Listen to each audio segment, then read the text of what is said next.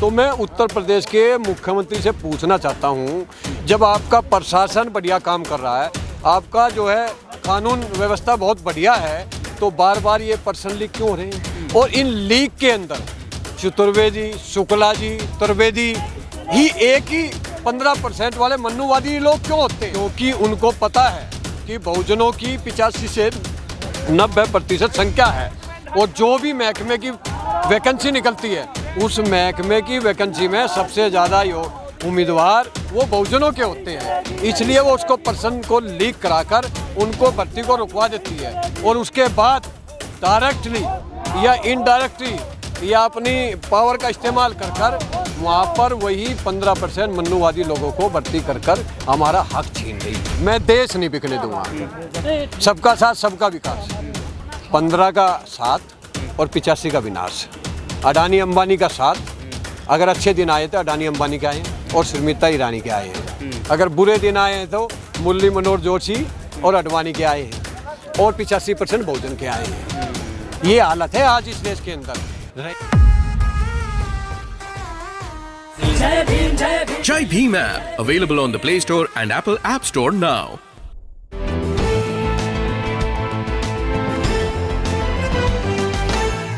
Vijendra ji, UP में जो paper leak हुआ है, अब परीक्षा रद्द कर दी गई है और एक नाम उसमें आया है ब्रजेश मिश्रा।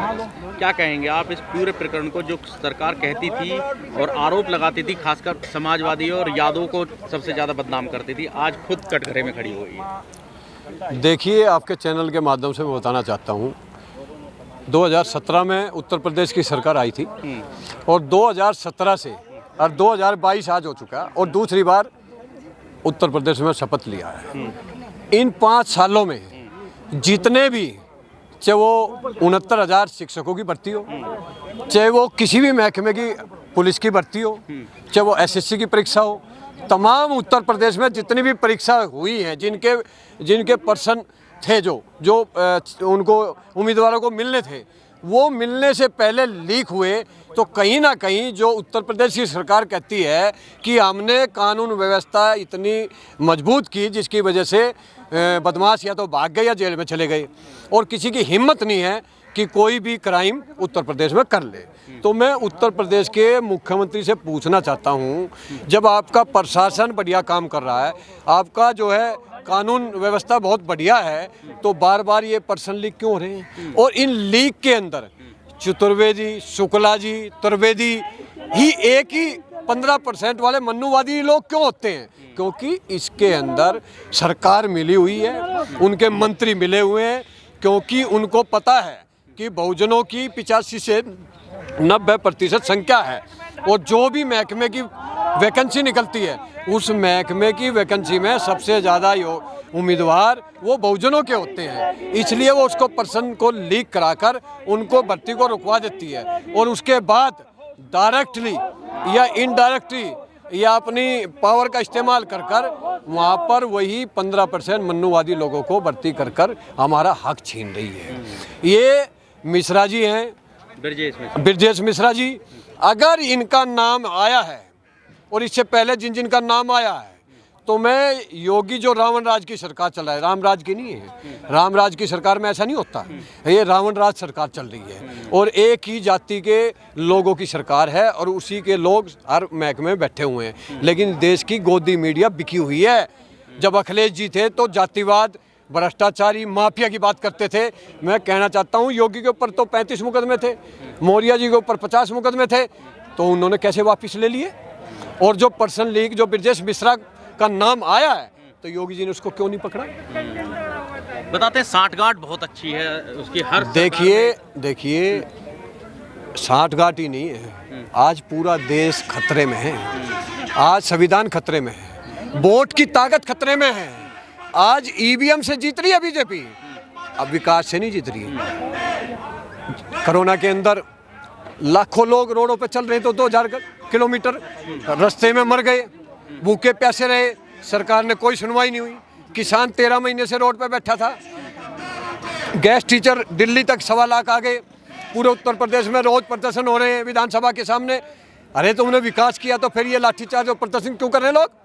कुछ विकास नहीं हुआ, सब आंकड़ों में, जुमलेबाजी में और ये मीडिया के माध्यम से और प्रशासन के माध्यम से लोगों का हक छीना जा रहा है। चुनाव प्रचार के दौरान जो बीजेपी के तमाम नेता ये बात कहते हुए है कि अगर अखिलेश आएंगे तो फिर वही नकल माफिया सक्रिय हो जाएंगे और तमाम तरह के आरोप लगा रहे थे, लेकिन ऐसा कोई अभी तक पेपर नहीं हुआ है उत्तर प्रदेश में जो पिछले लीकेज ना हो। तो मैं वही पूछ रहा हूँ, अब 17 से तो 22 तक अखिलेश तो था नहीं, तो फिर कैसे ये पर्चे लीक हो रहे हैं, कैसे क्या टीचरों पर लाठीचार्ज हो रहा है, कैसे इलाहाबाद में टीचर उनको बच्चों को पीटा गया उनके हॉस्टल में घुस के, कैसे रोज तीसरे दिन घरों से पकड़ के अज्ञात में 500 नाम लिख के उनसे उठा कर 30-50 हज़ार रुपये कमा रहे हैं और एक विशेष जाति को जो है टारगेट कर उस पर मको का टाटा और गैंगस्टर के लगा रहे हैं। क्या मतलब है ये? उत्तर प्रदेश के अंदर 17 से 22 में ये मानव अधिकार नहीं, पूरे देश के कानून की एक रिपोर्ट आई है कि सबसे ज़्यादा उत्तर प्रदेश में रेप, क्राइम, भ्रष्टाचार अगर हुआ तो उत्तर प्रदेश में हुआ, लेकिन देश की मीडिया बिकी हुई। लेकिन बदनाम तो अखिलेश यादव की सरकार होगी। देखिए आज लालू यादव जेल में है, एक चारा घोटाला था, 6 केस बना दिए, स्लो पॉइजन से मारा जा रहा है उनको। अरे जगन्नाथ मिश्र जो दुनिया में नहीं है, उनके कार्यकाल में वो घोटाला हुआ था, उसको तो बेल दे दी, उनके लड़के को सांसद बना दिया। और लालू यादव जो सोची सो बनती गरीबों की लड़ाई लड़ता था, उनके हक अधिकार दिलाता था, उसको आज जेल में घेर दिया गया। आज मोदी जी जब वो एम्स में उनको लाया जाता तो एम्स में भर्ती नहीं किया जाता। जो देश में रेल मंत्री रहते हुए रेल को मुनाफे में लिया, जो मुख्यमंत्री रहते हुए शोषित और वंचितों को उठाने का काम किया। आज ये सरकार वाकई में मैं बता रहा हूँ, इनने कहा था मैं देश नहीं बिकने दूंगा, मैं पिछड़ों को हक दूंगा। आज इसने पिछड़ों के 47 मंत्री बना दिए, दलित और पिछड़ों के, लेकिन उन 47 मंत्री बनाने के बाद जो 90% बहुजन है उनका तो हक छीना जा रहा। आज गेल, रेल, बेल, हवाई जहाज, बस अड्डे, MTNL सारी कंपनियां बेच दी, तो हमारा आरक्षण तो खत्म हो गया। जब हमारा आरक्षण खत्म हो जाएगा तो प्राइवेटेशन हो जाएगा, तो उसमें कॉलम ही नहीं रहेगा SC OBC का। अभी एक और नया ये जमीन बेचने का भी लाए हैं, जो गवर्नमेंट की जमीन है। अभी तक तो कंपनियां बिक रही थी, लेकिन अब जमीन भी बिक रहे हैं। जो देखिए मैंने क्या कहा, मैं देश नहीं बिकने दूंगा, सबका साथ सबका विकास, 15 का साथ और 85 का विनाश।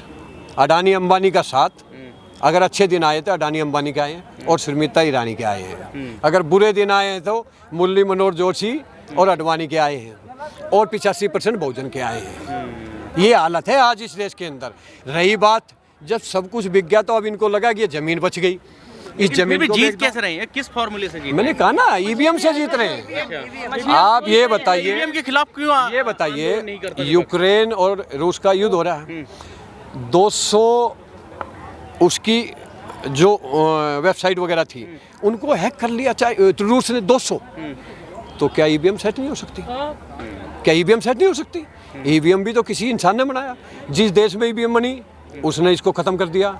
अमेरिका के राष्ट्रपति का चुनाव अभी हुआ, 3 दिन वोटिंग हुई थी, जब हुआ तब बड़े से बड़े पावरफुल देश है, इसको कह रहे हैं इसमें गलती, इसमें जो है भ्रष्टाचार होता है, इसको अपने तरीके से हैंडल किया जा सकता है। तो फिर देश के जो सुप्रीम कोर्ट ने बोला हाँ इसमें घोटाला हुआ है, तो फिर क्यों नहीं मान रही है? क्योंकि सुप्रीम कोर्ट में भी एक कॉलेजियम सिस्टम है, वहाँ जज को उसी को भर्ती किया जाता है जो प्रधानमंत्री और चीफ जस्टिस बैठ के तय कर लेते हैं, ये मेरा काम करेगा, इसको भर्ती कर दो। इस वीडियो में कही गई सभी बातें वक्ता की अपनी राय है, जिसकी पुष्टि हम या हमारा चैनल नेशन टाइम नहीं करता।